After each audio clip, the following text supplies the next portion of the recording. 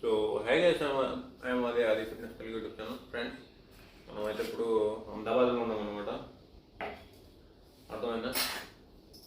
నిన్నబ్బాయిడు ఉదయాన్నే అన్నం తింటున్నాను అనుకుంటున్నా. లేదు, నేను టిఫిన్ అయితే ఏం చేయకూడదు అనమాట. అర్థమైంది? కొంచెం నార్మల్ ఫుడ్ అనమాట. ఇది వచ్చేసి నేను జీరా రైస్ అయితే తీసుకున్నాను, నార్మల్ ప్లెయిన్ రైస్. ఇంకా ఇది వచ్చేసి హరార్ దాల్ అనమాట. దీన్ని మన తెలుగులో వచ్చేసి కందిపప్పుతో ఉన్న పప్పు అనమాట. అంటే నాకు రీజన్ బాగాలేదు కదా, సో అందుకని శనగపప్పు తినకూడదు కాబట్టి మనం కందిపప్పు కానీ పెసరపప్పు కానీ ఇలాంటివి తినాలన్నమాట.